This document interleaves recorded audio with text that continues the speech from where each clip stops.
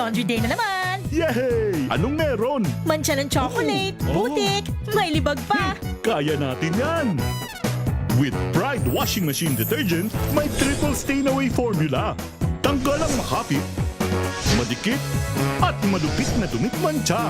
Kaya easy-easy ang labada. Mula noon hanggang ngayon! All you need is pride. All you need is pride. ACS. Tinesting, sinuri, siniyasan. Ang resulta?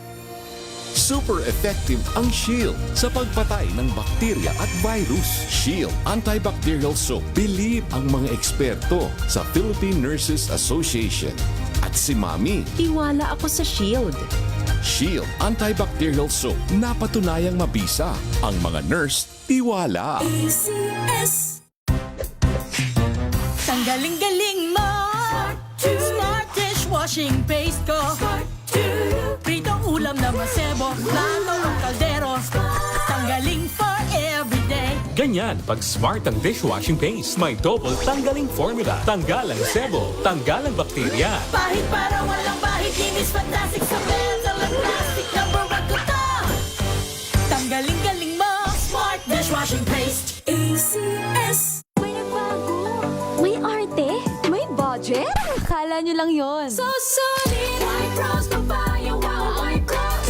White rose papaya. Wow, white rose. White rose papaya. May glow up with a white rose papaya. White rose papaya. May puti power times 2 kasi may papaya at niacinamide. May shea butter and tea tree oil pa. Kutis sulit ang glow up. Glow up with a white rose papaya. White rose papaya. Kutis sulit ang glow up. ACS. Pas saan magsulok ng kapuluan. ACS Balita! ACS Balita! Ang programang ito ay hatid sa inyo ng ACS Manufacturing Corporation, ISO Certified, maker ng world-class quality Pride Detergent. Hi, hi, hi! Magandang morning! Ano araw today, kumbachero? Today is Laundry Day, Pride Day! Yuhuu! At pag Laundry Day, Friday, all you need is Pride Washing Machine Detergent. May triple stain away formula kaya tanggal ang makapit, madikit, malupit na dumit mancha kaya easy ang labada. Kaya pala mula noon hanggang ngayon, All you need is Pride! All you need is Pride! ACS! Kasama ang 2x2 Tandem Anthony Taberna at Jerry Baja. ACS Balita! Alas 6:22 ang ating oras, tuloy ang ACS Balita. May sunog kahit umulan. May sunog sa Pandacan, Maynila. Kahit na paulan-ulan ngayong umaga, RH9, Tina Nolasco. Kaming Tina! Jerry Katonyeng, pahirapan ang pag-apula sa sunog na sumiklab dito sa Residencias de Manila Building 1 sa Pandacan, Maynila. Ayon sa mga tauhan ng Bureau of Fire Protection at Fire Volunteer na nakapanayam ng DZRH, bunsod ito ng magkakahiwalay na sunog na sumiklab at halos sabay na sumiklab ngayong madaling araw sa Tondo at Pasay dahilan para mahati ang kanilang puwersa. Aba, dalawa pa. Ang masamang lagay ng panahon sa Jerry Katonyeng ngayong umaga kung saan mahina pero walang tigil na buhos ng ulan ang nararanasan dito sa Kamaynilaan na isa sa mga dahilan para pahirapang makaresponde ang mga bumbero. Ayon kay BFP Chief Inspector Demetrio Sablayan, sa inisyal nilang investigasyon, wala namang tao sa loob ng unit ng sumiklab ang apoy dito sa ika-4 na palapag at kumanat na nga sa ika-7 Aba. palapag ng Ano yan? building. Condominium yan, Tina? Condominium? Oo. Ito nga, residence sa De Manila Building ay condominium type ang mga gusali hanggang Oo. second floor ito sa ating pantaya. At ngayon, patuloy pa rin nga sa Jerry. Sa taas. Bagyang medyo maingay dito. Patuloy pa rin ang pag-apula. Sa pinakataas, sa fourth floor. Fourth floor ito, Tina, itong naglalagablab na ito. Oo, nakumalat na sa ibang unit. Oo. Kasi nga sa tagal ng pagresponde ng BFP at Fire Volunteer dahil na sa nahirapan sila dahil na halos sabay yung sunog na sumiklab din sa Gagalaming Tondo kanina lamang din yung madaling araw. Pasado alas 4 ng umaga, maging sa Pasay City. Diba? Tatlo, meron pa sa Pasay? Sunod-sunod. Ano? Oo. Abay, Sus Maria Josep. Sa uli natin pagdatay ulat na natanggap, first alarm sa Pasay at under control naman doon sa Gagalaming Tondo na atin din pinuntahan kanina. Sa ngayon, nasa labas na yung mga residente dito ng unit. Ayon sa kanila, halos 1 oras bago nakaresponde itong mga bumbero at mga Opa. fire volunteer. Matagal din, ano? Oo, dahil nga rito sa magkakasunod na sunog at dito nga rin sa sama ng panahon. Ano yun? Hindi rin nagising sa alarm ang mga bumbero? 1 oras? Meron daw sunog sa Gagalangin.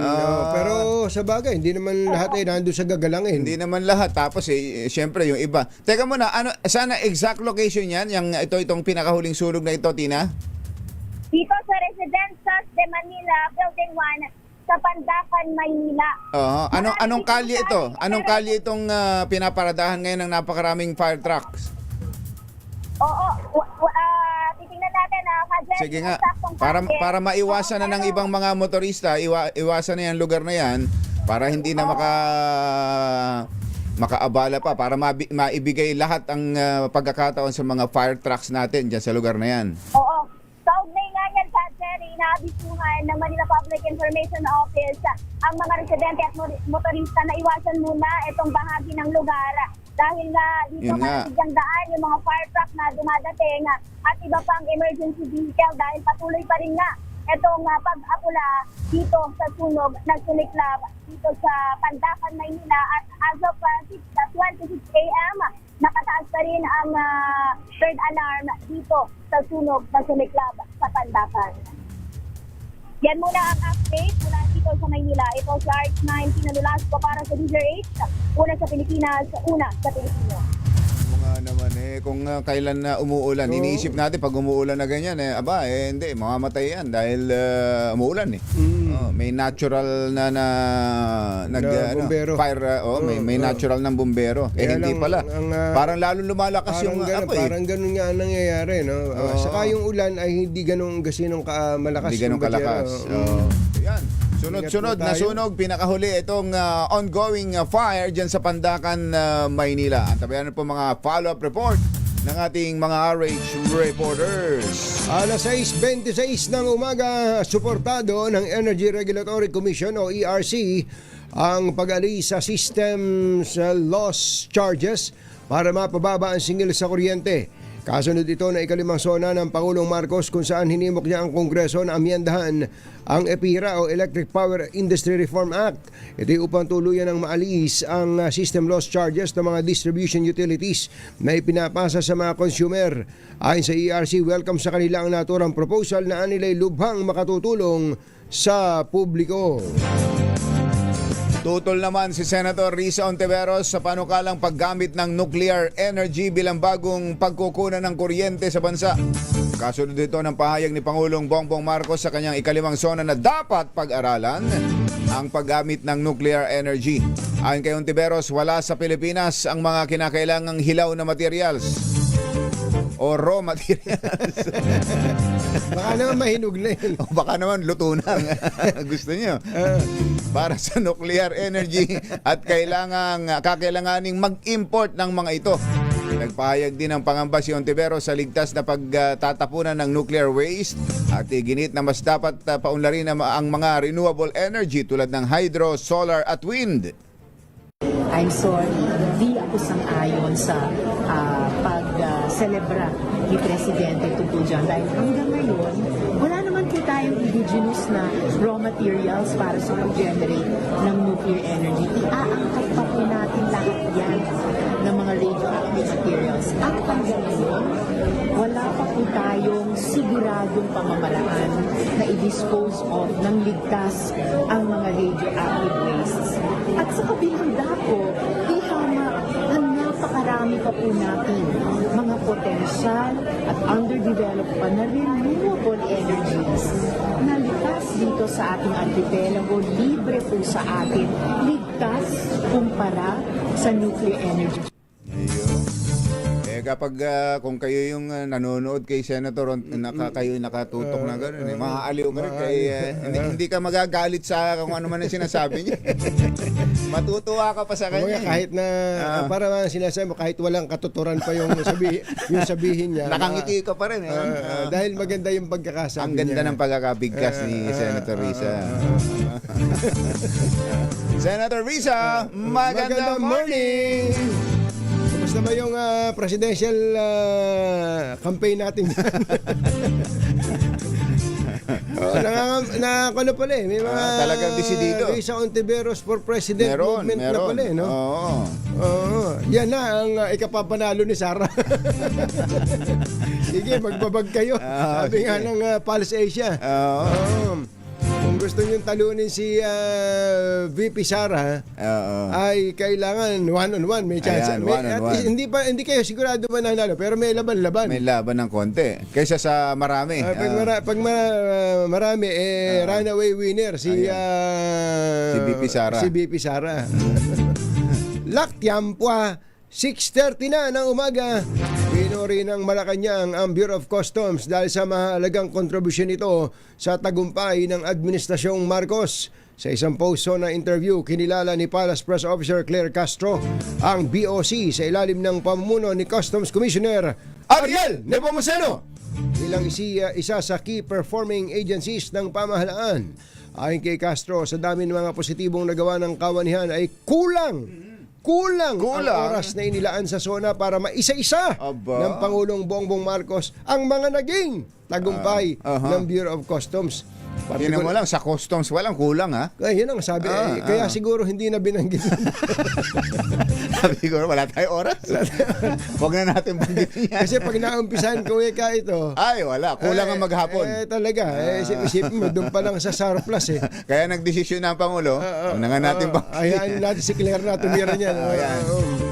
Partikular na ibinida ng opisyal ang magandang performance ng Bureau of Customs sa koleksyon ng kita, trade facilitation, digital transformation, at anti-smuggling efforts. Nagpasalamat naman si Customs Commissioner Ariel Nepomuceno sa natanggap na pagkilala mula sa Malacanang at tiniyak na hindi titigil ang kawanihan sa pagpatupad ng tapat, makabago at mahusay na serbisyo sa publiko. Alas 6:31 ang ating oras. Hiniling ng birthday boy na Senator Rodante Marcoleta sa kanyang mga kasamahan sa Senado na maghanap ng paraan upang makalahok sila ni Senator Jinggoy Estrada sa impeachment trial ni Vice President Sara Duterte. Ayon sa senador, nagsumiti siya ng manifestation sa Senado na naglalahad ng mga legal na dahilan kung bakit dapat pa rin siyang makaboto sa paglilitis bilang isa sa 24 na senador. Sinabi ni Marcoleta na hindi mawawala ang kanyang tungkulin bilang senador kahit na nakaharap siya sa kasong plunder sa Sandigan Bayan. Nauna nang ipinahayag ni Senate President at Impeachment Court Presiding Officer Chis Escudero na bukas siyang sang-ayunan ang hiling ni Marcoleta basta't wala itong preventive suspension. Samantala, inatasan ng Sandigan Bayan si Marcoleta na magpaliwanag kung bakit hindi siya dapat suspindihin alinsunod sa Anti-Plunder Act habang ibinasura naman ng korte ang kahilingan ni Estrada na makalahok sa impeachment trial. Nagatid sa kabuuan ng ating ACS Balita, ito po si Anthony Taberna. Ito po si Jerry Baha. Kasama ang 2x2 tandem Anthony Taberna at Jerry Baha. ACS Balita. Ay. Sa mga taga-Pilipinas,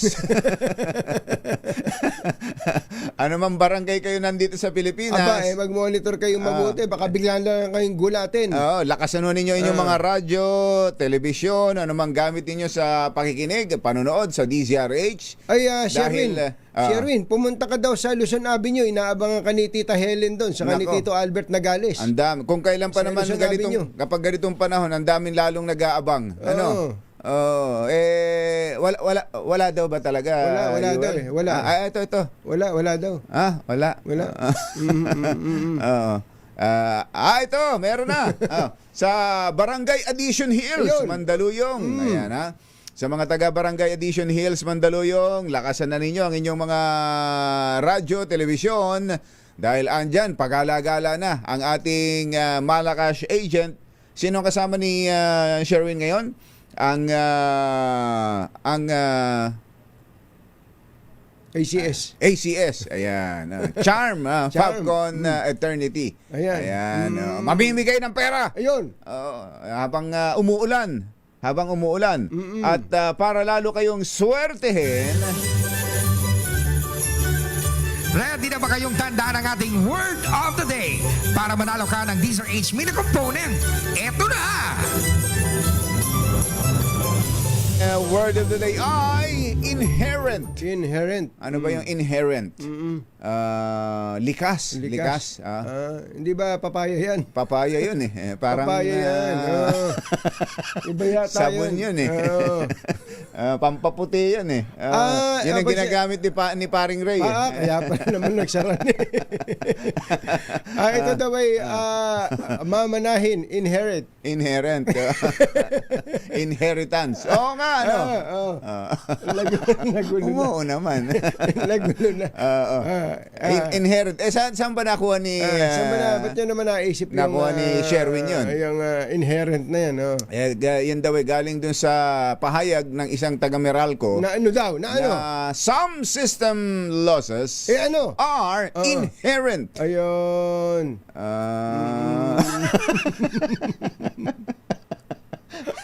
Sumakit ang ulo ni Kaki Kopi, ho. Bakit daw nabanggit yun?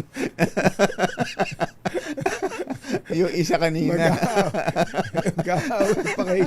Malay naman namin. Malay ba namin? Kayo kasi, yan ang ginawa niyong word of the day. Baguhin nyo. Gusto nyo bumawi. Sa susunod, yan naman ang gawin niyong word of the day. Papaya. Ayan. Some system losses are inherent. Ayan. Sabi daw ho ng isang taga-Meralco. Ano ibig sabihin nun? Ang iba daw pong mga binabayaran nating system loss ay hindi maiiwasan. Ayun. O taal o likas. Likas na nandoon. Sige nga, mamaya nga, sino bang pwedeng magpaliwanag sa atin? Sino bang taga-Meralco? Yung may-ari na mismo. Yung may-ari. Si Manong Jo. Manong Jo sa Dalyaga. Magandang morning. Pero si Secretary Garin ba makakausap na natin? Yuel? Sa Sabado raw ready na sa... para ang daming nag-aabang kasi ngayon dahil narinig nila, binanggit ng Pangulo, ang tanong sa susunod ba naming bill wala na yan. Tama. Galit pa. Kailangan kumbatsero ang gobyerno, pag may binitawan ng presidente, bago pa bitawan ng presidente, hindi ba dapat ganun eh? Oo. Hindi ba ganun yung style ng... Kung pwede nga sana habang nagsosona ang Pangulo, may bill na. Si Secretary Garin at ang iba pang may kinalaman sa energy, tumayo na at umalis na rin. Alis na. Tinrabaho na. Pinuputol yung linya ng... Yung kuryente. Hindi ba ganyan kung batsero yung ginawa ni former President Ferdinand Marcos? Dineklara niya yung martial law, pero bago niya basahin, marami nang hinuli. Nakaano na, ganun dapat. In place na, hindi yung pagkasabi, saka pa lang magtatanungan, ano ba gagawin natin dito para ma-implement? Pag-aralan natin. Kung tayo si BBM, dadagukan ko kayo. Diba? Hindi pwede yun. Kailangan, bago pabigkasin ng presidente yan, nakakasana yan. Kung pwede, naiputok nyo na yan. Coordinated na yan, di ba? Oo. Ito, asang-asa mga mamamayan natin dyan. Asang-asa. Tapos baka lumipas yung taon na to, hindi pa to nai-implement.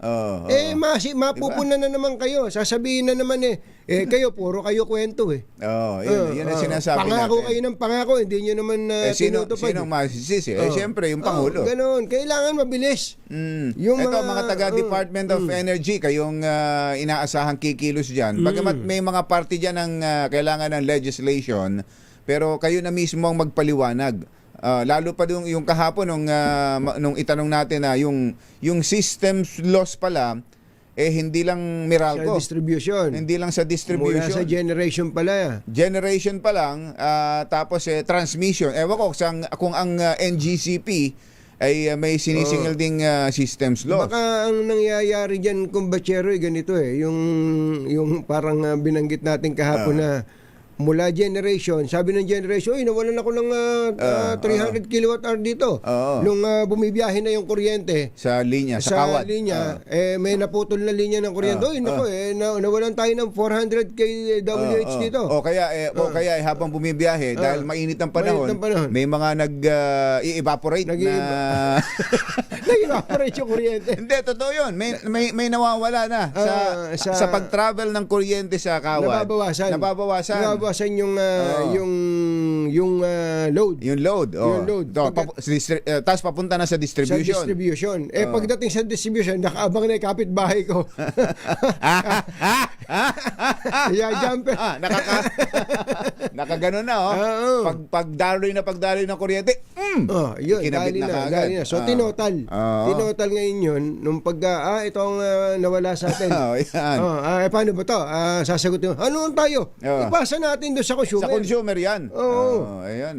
Kaya ganun naman nangyari. Kaya nga nabanggit natin kanina, intro pa lang, birthday ni Senator Rodante Marcoleta. Alam niyo bang yung matanda, sasabihin ko, yung matanda na 73 years old ngayon, nung pa niya i-final yung bill tungkol dyan sa system loss na yan, naalisin niyang pagsingil ng system loss. Kaya inupuan ng kanyang mga kasamahan sa Kongreso. Totoo yan. Hindi pinansin. Kaya nga nung banggitin naman ng Pangulo, mula sa pagkakaupo, tumayo sila. Pansin nyo ba yun?